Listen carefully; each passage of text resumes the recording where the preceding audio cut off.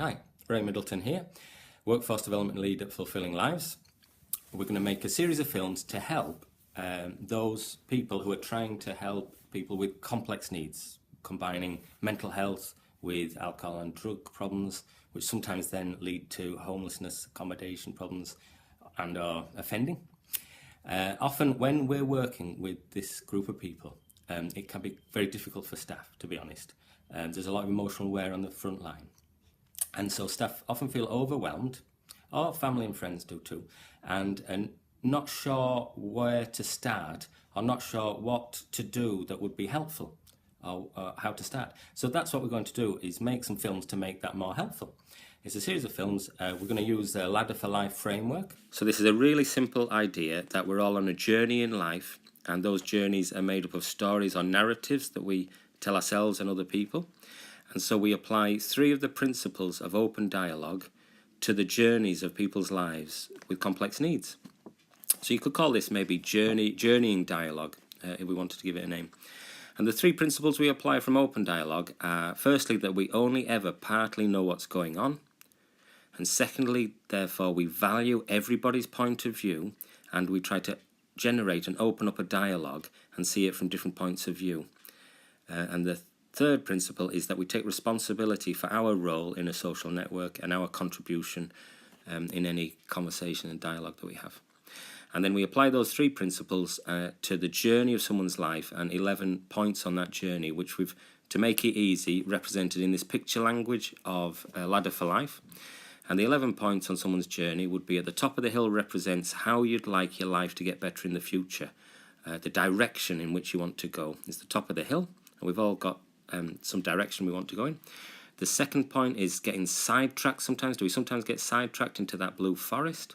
The third point is sometimes we get habits of thinking, feeling and acting that we get unhelpful habits that we get stuck in. So that's represented visually by the quicksand at the side of the road. So on our journey of life, if it's slowing us down that we've got some unhelpful habits, the quicksand is the third point.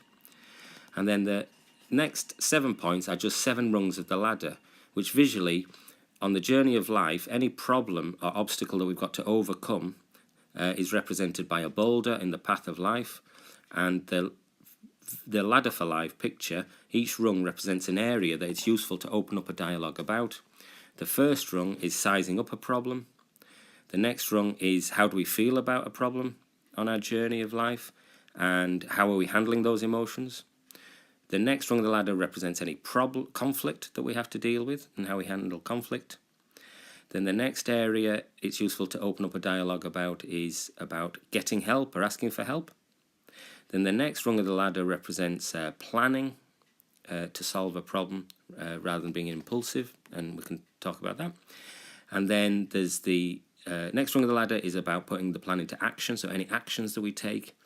And the final rung of the ladder, the 11th area of someone's journey or narrative, is any reflection we have on all of this. Have we learnt anything? Whether or not we solve a problem, have we learnt anything? And is there anything we'd change as a result of this reflection? There's kind of reflective practice. And that's it, really. So if you take a paper and pen, you can make some notes as you listen to the narrative or story of someone's journey of life on that Ladder4Life, and note down any connections you make between any of the helpful habits or skills people have, any unhelpful habits, or any connections between different areas on the plan. So, welcome, Georgia. I might ask how you know Vicky. Yeah, I know Vicky because I got referred to Vicky when I was on the streets, wasn't it? And I was homeless and I was using heroin. And so, how long have you known Vicky for? God, that's a good question. 2.5 years. 2.5 years. 2.5 years. Wow, that's a good length of time to know someone. Yeah. And have you found Vicky helpful in that period of time? Yeah, definitely. Most importantly, she's been like consistent. All right. Yeah. And that's important. There's something about Vicky being consistent that you really value. Yeah. And that's been helpful, and because she's been consistent over that 2.5 years, sort of how have you responded to that consistency of? Well, there's been times when I've really used that support, but then when I relapse, because of shame and guilt, I'll not use her. Yeah. But in the back of my head, I always knew she was still there. Yeah. Does that make sense? Oh, it makes total sense. Yeah, it's really helpful for you to share that, Georgia, about. Sometimes that makes your drug use a bit worse at the same time. Yeah. So if I've heard you right, sometimes when you've relapsed, you felt shame and guilt, and that's prevented you, made it difficult to contact Vicky for support. Sometimes. Sometimes. 'Cause Yeah. they've put us in rehab before, Yeah. Yeah. and I come out, Yeah. got the same outcome, Yeah. and relapse. Yeah. And the guilt and shame that you feel, you don't want to. You do want to get help again, but something stops you for a little while until you really hit rock bottom. That makes sense. So is there's a bit of a conflict there between wanting to get help again, part of you wants to get help, all Yeah. right, but also part of you feels the shame and guilt which is preventing you from reconnecting with some consistent helpful people Yeah. like Vicky. Yeah, no, that really does make sense, and it might help people then to think about maybe if they're working with someone who they were working with and then they've disengaged with working, they might help the staff to think, I wonder why, and yeah. then rather than just think, oh, they're not there. So if you think now, how would you like your life to be better in the future? I would like to be emotionally stable, clean of drugs, and just strong and independent and content with who I am. So you'd like to be strong and independent and content with who you are? Yeah. Yeah, and you'd like to be off drugs? Yeah. Yeah. They sound a really positive kind of picture to visualise about the future, where you'd like to be. On this kind of picture, sometimes we kind of get sidetracked into that blue forest, or sometimes we get stuck in the quicksand. So if you reflect on your journeys, do you think, are there sometimes when you've got a bit sidetracked or stuck on your journey towards... Yeah, lots of times. I didn't really have any boundaries. Mm. And I didn't really understand, like, how to, like, protect myself when I bump into people who are other addicts. And also a bit inside of us, when things were going well, I felt like I had to destroy it. Right, yeah. So part of you wanted to destroy when it starts to get well. Yeah. And partly you weren't sure how to keep yourself safe and protect yourself from some people that you're bumping into. Yeah. Yeah, so that really does make sense. And so that's when you kind of got a bit stuck or sidetracked. I can understand how that would make it difficult. So has there been a bit of a change or a shift for yourself in being able to keep yourself a bit safer than maybe a couple of years ago now? Or not, maybe? Yeah, definitely, because now, the last few times I've left detox or rehab, I've been in a hostel. Mm-hmm. And that's usually been my fault anyway, but now I'm in like a 24-hour therapeutic home. All right, yeah. And is that, what's that experience like compared to being in a hostel? You just get so much hope, and you've got relationships with people all the time, and when you're in your drug use, like, you look a mess, you don't get washed, and you just isolate, and I just stayed in that room. Yeah. And you just get more guilt, more shame, and you look in the mirror and you look horrible, your skin's horrible, you're skinny and you're sweating. I couldn't walk anywhere without dripping with sweat. It's just embarrassing to the staff. Yeah. So I used to just run out, go and get my drugs and run back in. Yeah. But now everyone's like, it's a bit hard still because everyone's saying I look the best I've ever looked, but inside I do feel the worst. Right, yeah. So people are saying that you look the best you ever have, but inside you feel the worst. Yeah. And there was something to capture there about you saying about there's something really positive about where you're living now, about the relationships with people are there. Is that right? Yeah, I think it's what I've realised now because I've tried to get clean a few times. I don't just think addiction's about a behaviour. I think addiction is more about bonds that you have as well. And I've been brought up in foster care most of my life, and I had a fear of losing professional people in my life. So I'd purposely hurt myself or take an overdose just so I could get them professional people back. Yeah. But now it's like the opposite way. I can stay there and I'm building bonds with really nice people, and it gives you a bit of hope, and it kind of like empowers you. That sounds really positive, and there's something there you said about actually addiction isn't just the actual behaviour on the surface, but actually it's something about those forming bonds with other people or the relationships. And then sometimes the fear of losing those bonds might provoke you to maybe self-harm in the past, or to do something, or use in order not to lose the relationship and the bond. But then you end up losing it anyway, but you don't think like that until you're already in it and you've got a habit, and then you're stuck. Yeah. It sounds like you've done some really positive reflection there to kind of notice that pattern. Is that right? I overanalyse too much. Yeah. Well, sometimes I can overanalyse a bit too much sometimes, but I think there's something it sounds really positive there about your ability to look back and think, oh, there was something about my self-harming and something about my using that was about actually fear of losing that bond and relationship with someone, that you valued the relationship.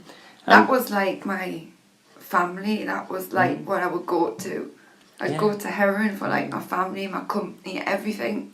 So there was something about using heroin that gave you a kind of feeling that you were in a family with other people? Yeah, I know that sounds crazy. And sometimes was it even if those other people were maybe harming you or causing you some hurt, but was that better than nothing?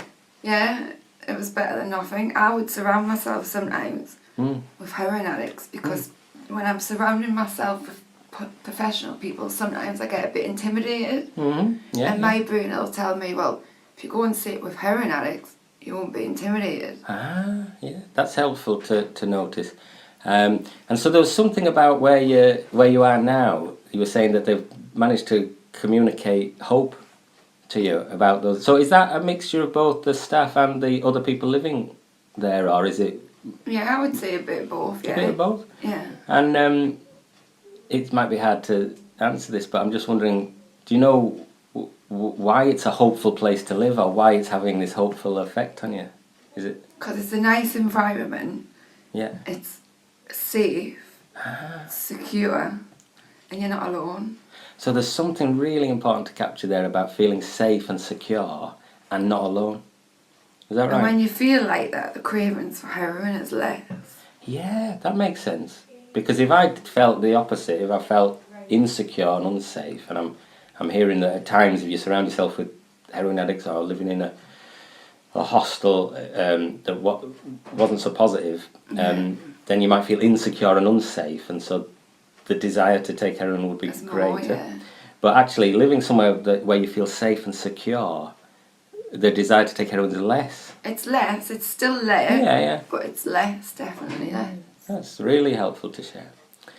So what I'm thinking about now, listening to you, Georgia, is so you've got this direction you want to go in, where you want to be off drugs and to feel am I right, peace with yourself and confident.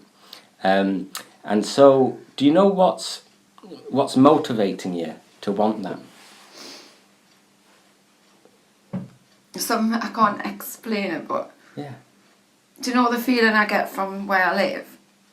Yeah, that feeling in there, yeah. It's kind of like that feeling deep inside me of like, there's a little bit of fear there, but there's now a little bit of hope. Wow. That's really helpful to share. So there's something about where you live has given you that feeling, which is giving you hope, which is, there is some fear there as well, but that feeling of being somewhere where you feel safe and secure, you're able to then visualize that or it's motivating you towards wanting to be clean in the future. Yeah. Is that, you can correct me if I get any of this wrong. No, I'm just trying to understand, to make sure I'm understanding you properly. So there's something about living with people, with positive relationships, where when you feel safe and secure, you get some hope, and then that's motivating you. Yeah. So it's the relationships which are, they sound quite positive relationships in that place where you're safe, fueling hopefulness and your motivation to be at the top of the hill there, where you're clean from drugs and live in that kind of peace with yourself and confident. Yeah, that's really helpful. What are some of the difficulties that you've had to overcome on your journey so far? I've had to overcome quite a bit because I had to get funding for it first. Yeah. It was a big one because I've had it before. Yeah, so that was difficult. And I personally think people who have detoxes or rehabs, I think, this is just my opinion, I think you have to fail the first time Mm-hmm. to really know what you want. Ah, yeah, that's interesting. So there's something about valuing failing Yeah. as maybe a learning opportunity. Yeah. So do you want to say a little bit more about that? So there's something about failing that helps you to really work out what you did want. Is that? Yeah, like I went to detox, then I went to rehab. I left and I ended up back on heroin, back on the streets, in and out of hospital, and the same stuff was happening again and again. And then every time I've went to rehab, I've always remembered some of the little quotes or something. Yeah, yeah. And even though I was using deep down, I would still try and figure it out. And I realised that I had to go through all that and end up doing the same result to have the desire and more motivation to change again. Right. I know that sounds a bit backwards, but it doesn't to me. To me, it makes a lot of sense. So there's something about trying and going to rehab and then relapsing, and there was something about that experience that helped to build the motivation yeah, to kind of want that. And what comes to my mind listening to you, Georgia, is there's something about maybe being discontent with a certain way of living that kind of maybe do you know what? makes you want to motivate you to change. A lot of it as well is society. Like when you're sitting on the street, and a lot of them will say, "Oh, that's a smackhead," and they basically make you feel worse, and Right, you already yeah. feel bad enough. Yeah. But I think once you've been to rehab and you see that people value just who you are as a person, Yeah. once you leave, that kind of like you're like in conflict with that. Ah. So you've got a conflict. Is it? If I've heard you right, is the conflict between you've had some positive relationships where people value you as a person, Yeah. and you've had some difficult relationships where when you're with people who are using heroin, maybe, or society judging you, Yeah. and then you've got a bit of a conflict going on between being valued and also not being valued, or Yeah. and sometimes people call it stigmatized, Yeah. and so that creates a bit of a conflict in you. And there's something. This might not make sense, but I'm wondering about this thing about sometimes there's the discontent or not feeling happy with this might be a motivator, but it might not be. I'm just wondering what you think about this idea about whether being discontent because you've known what it's like to be valued and in a positive kind of either rehab or the place where you're living now, that kind of makes you a bit discontent with. It makes you discontent with yourself because you failed again. And is there a bit where you add on to that a bit of hopefulness that things could be different? But you've always got that little bit of hope, no matter how bad things are. I always remember when I was sleeping on the streets and I was getting beat up, and I always just had a little bit of hope. Even then, you had a bit of hope. That's amazing. I wonder. And I would, even though I was sleeping on the street, I would lie down and I'd visualise what I wanted to be. Did you? So you'd visualise a picture of, like, I suppose on this The opposite picture, to what I was. the top of the hill kind of would be, you visualised how you'd like to be in the future, even when you were sleeping on the streets and getting beaten up. And would that give you that little bit of hope? It would, but sometimes it would also do the opposite. It would make me so frustrated with myself because I'd think, I've seen other people do it and why can't I not do it? Ah, so you'd puzzle then. You'd think, well, why are these other I'm people? constantly fighting, yeah. So you maybe compare yourself to other people. Why have they kind of got to recovery and I haven't? And would that create a bit of like frustration? Yeah. That makes a lot of sense. So I'm thinking about that second rung of the ladder, as well as the problems that you've had to overcome, which I appreciate. You shared sometimes sleeping rough, sometimes get beat up, heroin. They're big difficulties to overcome. So I appreciate you've got this resilience to kind of, I'd call it resilience, I suppose, somehow survive and keep that little bit of hope. Sounds really positive that you've moved into somewhere which has a nice staff and residents. That kind of feeling that you get from being part of that community, I suppose. Yeah. So the second rung of the ladder there is how you feel about some of the things you've got to overcome. So you've talked a little bit about guilt and shame, and sometimes about feeling a bit anxious. Yeah. And sometimes getting frustrated and angry. Sometimes, what do you think about this idea that it's difficult to handle emotions? What's your experience about? I definitely agree. I used to think that my feelings controlled me. Right, yeah. So you felt your feelings were in control of my behaviour, yeah. And there was something you said at the beginning there about you in the future you want to be emotionally stable. Is that right? Yeah. Yeah. So there's something about in your hopefulness about the future that you don't. Is it right? You don't want your feelings to control you in the future. Yeah. I kind of like realised I used because I couldn't handle my feelings. I couldn't handle my past. I couldn't handle quite a lot of things. I couldn't handle very much because it was so intense when you feel it. Yeah. But now what I've realised is I'm clean now. I haven't got a daily addiction. And even though I feel like I want to use, I do, I'm not going to lie. I don't have to put that into a behaviour. Right, so now you can feel maybe like using, but you feel you don't have to act on it. Yeah. Or you could feel maybe other things, maybe feel anxious about something or feel annoyed and not have to actually change that feeling by taking drugs. Yeah, that's what I'm trying to do now. Yeah, that makes a lot of sense. It sounds like you've been on a bit of a journey where maybe in the past you've just felt those stirred up feelings just acted on and it. then acted on them, maybe taken heroin and then maybe temporarily But did that take the feelings away? Learn all this stuff through each process of relapsing and getting help. Yeah. So there's a journey which often life's like that. I found life like a bit like that. It's not just a straight line. It's like you try something, you learn something from it, but maybe it doesn't quite work, and it sometimes you feel, oh, I failed at this, but then you've actually learned something. Then you try something again, or you try a different thing. So you might not always realise at that time that you learned something. It might take 6 months, and then you analyse it back. But that makes sense, and I'm glad you've survived through all those difficulties to be able to reflect and share with us today about that journey, because that might give hope to other people if they were maybe sleeping rough and feeling like you were in the past, that they might think, oh, this is... Well, you didn't think I was going to survive at one point, did you? I didn't know. I had my funeral planned. Yeah, well, I must think it must have been very difficult if there were plans for your funeral, so I'm glad you've made it. So at the moment, what are your plans for the next few weeks?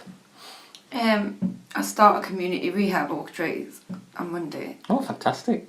And my goal is I'm just trying to focus. I never complete anything. I usually end up not completing stuff. Yeah. So my goal is just to try and complete that. So you've noticed that habit of maybe not completing things, and I'm wondering there might be reasons that that's difficult, but you've noticed that's quite helpful, and that you've obviously reflected and thought, I'd like to finish this because it community makes you feel, rehab. You feel uncomfortable. You feel weird. You feel out of your comfort zone. But when I go to NA meetings and stuff, they say just give it time. Yeah. So I'm just trying to do that. That sounds really good. And do you find those NA meetings helpful? Sometimes. Or not? I don't always agree with what's said there, but I get like the little quotes, and that does help us. So that makes sense, doesn't it? So it's a bit helpful, but you don't always agree with everything they say, but some of the quotes are helpful. Yeah. And that's kind of like complex one's too many and a thousand's never enough. Yeah, that makes sense. So it sounds like you're getting some help from the program you're just about to go into. You're hoping to finish it. It really does sound that the place where you're living has been very helpful in terms of those relationships and that feeling of safety. And have you been there? How long have you been there, do you think, roughly? I've been there, but I haven't really been using it in my drug use. But since I went back, it's totally different. Oh, so it'd be good for those, maybe the staff there, to know the value that it's caused that feeling of hope for you, that you want to, it's part of your motivation to stay clean, is the relationships with the staff there and some of the clients as well. Yeah. So that's good to notice, and you've got a good plan for the future. And it sounds to me that you've come quite a long way on your journey so far. I know you've got plans for the future, but you know that you've reflected through all those times, and you're kind of hopeful about the future, and you've learned, even every time you take a few steps back, you've learned something from it, and you're kind of applying that then Would you say that's fair? Yeah, I would agree. I'm trying. The fear's still there, but Yeah. And there's a bit of fear there, and so you can notice the hope and a bit of fear, and the things you like about safe relationships. So maybe reproducing places where you feel safe and secure is something that is really important to you. And then you can think about where you get that, and then where to avoid where it's not safe and secure, because that's likely to stir up those feelings. And then you're on a bit of a journey to be able to feel those feelings without feeling overwhelmed by them. So to be able to feel anxious and annoyed, these are normal feelings, but that they don't rule you. Take over like you did in the past, not take over, but actually just to be able to feel, oh, I'm annoyed with this because of that, and I might. So that's really good, thank you. I just wondered, just to ask, maybe Vicky, you just heard Georgia sort of describing some of her journey there. Could I just ask you what comes to your mind when you hear Georgia sharing about her journey and what she's learned? I think the fact that she feels safe and secure in the way she's living at the moment is a real strength, because I think everybody's got to feel that. If you don't feel,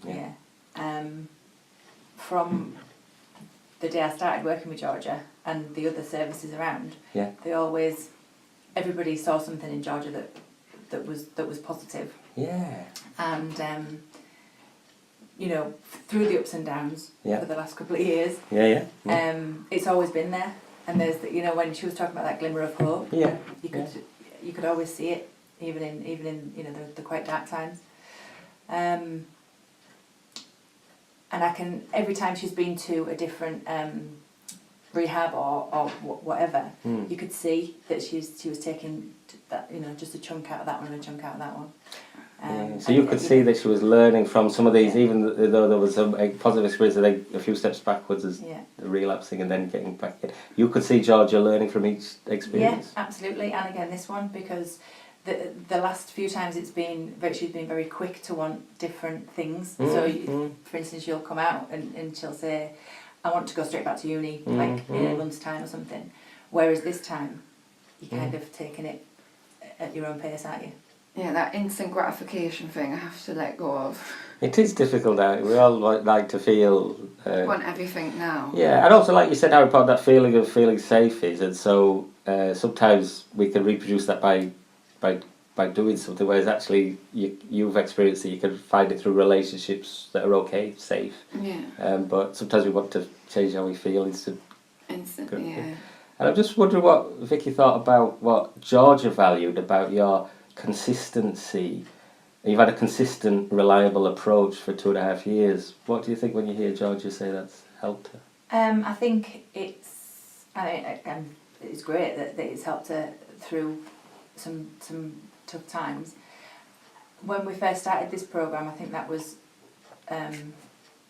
what we wanted to achieve, was to try and make sure that someone was, whether it be one person or someone from Fulfilling Lives, be with that person as long as they needed it to be, and it just goes to show that actually that does work, and it's not different services having to explain your story and through different things. So I suppose what I'm thinking about, over time you built up some trust with Vicky because of her consistency, and that's helped you to feel safe. Is that right?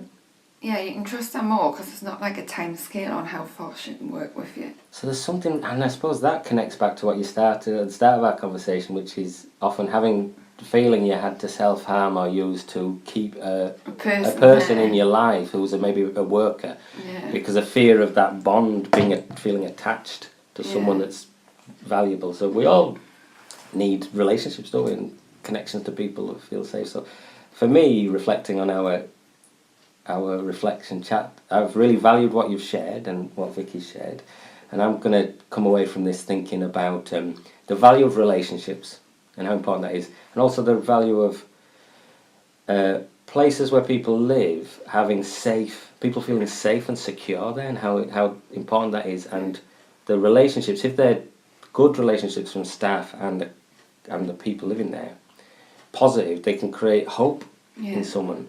And that hope then can motivate you to visualise how you'd like your life to be better in the future. And so there's something about you've taken the hope from some positive relationships. And I appreciate what you said about the conflict, that there's a bit of a pull back to the old life, but there's also a pull towards this. And sometimes you visualise the picture of it.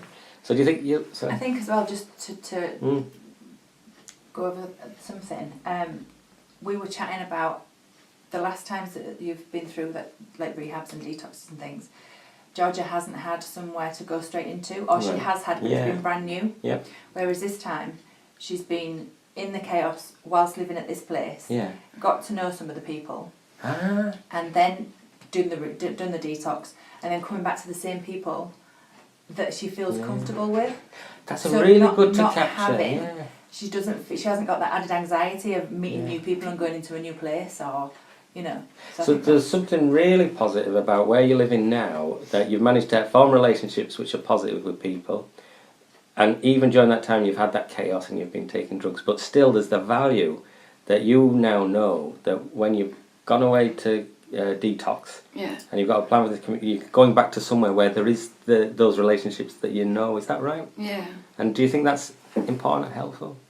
I think that's like really important. Right, so you're not going to somewhere where you think, well, where's this place like, what the staff like, and what the people like? Usually in the past I've just ended up in a hostel. Right, and are those kind of homeless hostel experiences more difficult or not? Yeah. Right, so is that where you don't feel safe and you don't feel secure? Not every hostel, but a lot of hostels, they just don't have any boundaries and they let you drink and take drugs and... So there's something about that, the lack of boundaries in some, not all, but some hostels where that makes you not feel safe and secure. Yeah. That's good for us to reflect on and think about. So I've got a lot out of you sharing, and I'm going to think about those relationships and how important they are, that they can persevere over time, and that the relationships is what helps people to feel safe and secure. Yeah. And that can create hope for the future. I'm just wondering whether you've any thoughts to reflect on it from our kind of chat. It's just, it makes us realise, like, I'm a bit hard on myself, but how much insight I do actually have about myself. Because when I look in the mirror and I look better, I don't actually know who I am. But when I really analyse it, I'm starting to find out who I am, which is probably a good thing and not a good thing.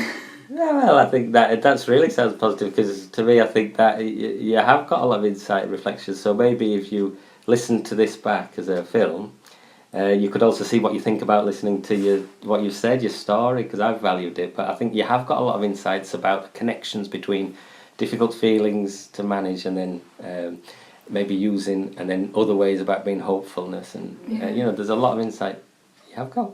It's just hard work, but it is hard I do work. want it. But you've noticed the things that help you get better and the things that influence you to get worse as well, and trying to avoid them. And there's something to capture there about visualising, like, this picture of Ladder4Life would be at the top of the hill, but you say there's something about visualising a picture of the future that you find helpful to kind of keep on track. Is that? I think when I visualise it, like, the thought isn't strong enough, and then you just think something. Yeah. When you visualise it, like, you get more hope. You get like a feeling. Yeah, that makes sense. The hope and the feeling stronger with a picture in your mind of visualising, I'd like my life, the direction of my life to be better in the future. Whereas if I just said the words, it's not as strong. Being clean or whatever, it's not strong, but create a picture. So that's something I could think about, how to help people visualise and picture the future being better. And that can then create this stronger feelings of hope. And I'll learn that from what you've said and have a think about that. So thank you very much.